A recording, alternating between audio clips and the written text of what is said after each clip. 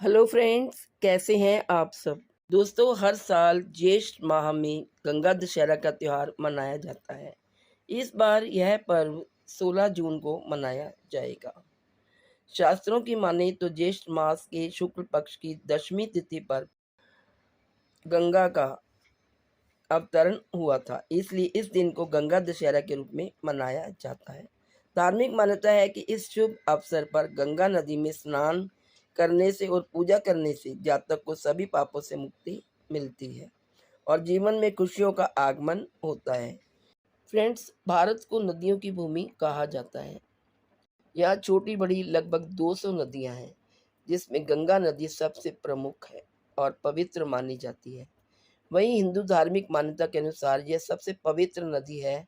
इसे देवी गंगा या माँ गंगा के रूप में भी पूजा जाता है। हिमालय से निकलकर गंगा 12 धाराओं में विभाजित हो जाती है। गंगा की प्रधान शाखा भगीरथी है। यहाँ गंगा जी को समर्पित एक मंदिर भी है। इक्ष्वाकु वंश के राजा भगीरथ के अथक प्रयास और तपस्या के कारण गंगा स्वर्ग से धरती पर अवतरित हुए। भगीरथ की तपस्या से ब्रह्मा जी प्रसन्न हुए और वरदान मांगने को कहा। तब भगीरथ ने अपनी इच्छा बताई। ब्रह्मा जी बोले, राजन, तुम गंगा का अवतरण पृथ्वी पर चाहते हो, लेकिन क्या पृथ्वी गंगा के भार और वेग को सहन कर पाएगी? गंगा के वेग को संभालने की शक्ति केवल भगवान शिव में है, इसलिए तुम्हें भगवान शिव को प्रसन्न करके उनका अनुग्रह अनुग्रह प्राप्त करना चाहिए।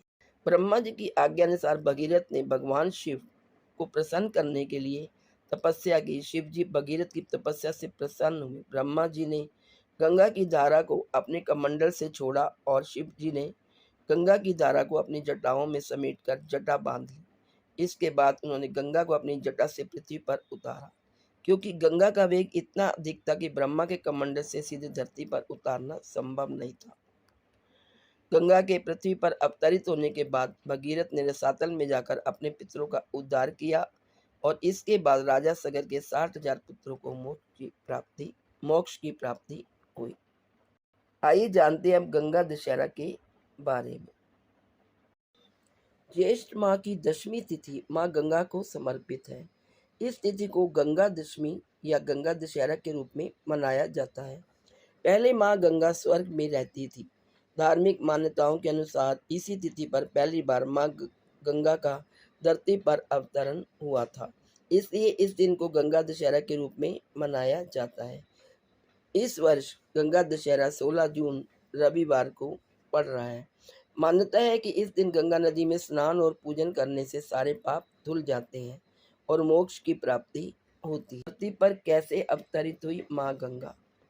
माँ गंगा को धरती पर लाने का प्रयास भगीरथ ने किया था। भगीरथ ने अपने पूर्वजों को मोक्ष दिलाने के लिए गंगा को धरती पर लाने का प्रयास किया। भगीरथ ब्रह्मा से लगभग 23वीं पीढ़ी के बाद और श्री राम से लगभग 14वीं पीढ़ी पूर्व हुए। इससे पहले उनके पूर्वज सगर ने कई नदियों और जल राशियों का निर्माण किया, जिसे भगीरथ ने आगे बढ़ाया। आइए जानते हैं कि आकाश से धरती पर माँ गंगा का अवतरण कैसे हुआ, यानी कि गंगा दशहरा की पुण्य कथा। पौराणिक कथा के अनुसार प्राचीन समय में अयोध्या में महाराजा सगर रहते थे। उनके 60,000 पुत्र थे। एक बार राजा ने अश्वमेध यज्ञ का आयोजन किया। ऐसे में इंद्र ने अश्वमेध यज्ञ का घोड़ा चुरा लिया और उसे कपिल मुनि के आश्रम में बांध दिया। इसी कारण राजा के अश्वमेध यज्ञ में बाधा आ गई। राजा के साथ सभी पुत्रों ने घोड़े को खोजने की कोशिश की शुरुआत की, जिससे यज्ञ पूरा हो सके। अंत में वह मुनि के आश्रम में पहुंच गए। इस दौरान वहां पर महर्षि कपिल ध्यान का अभ्यास कर रहे थे। वही घोड़े को बंधा देख उन्हें विश्वास हो गया कि घोड़े की चोरी कपिल ऋषि ने ही की है। राजा सगर के पुत्रों ने कपिल ऋषि को ललकारा और अपमानित भी किया। उस समय कपिल ऋषि क्रोधित हो उठे और राजा सगर के पुत्रों को भस्म कर दिया। ऐसे में यज्ञ खंडित हो गया। इसके पश्चात महाराजा सगर ने पुत्रों की आत्मा की शांति के लिए उपाय जाना। उन्होंने इस कार्य के लिए माँ गंगा को धरती पर लाने का प्रयास किया।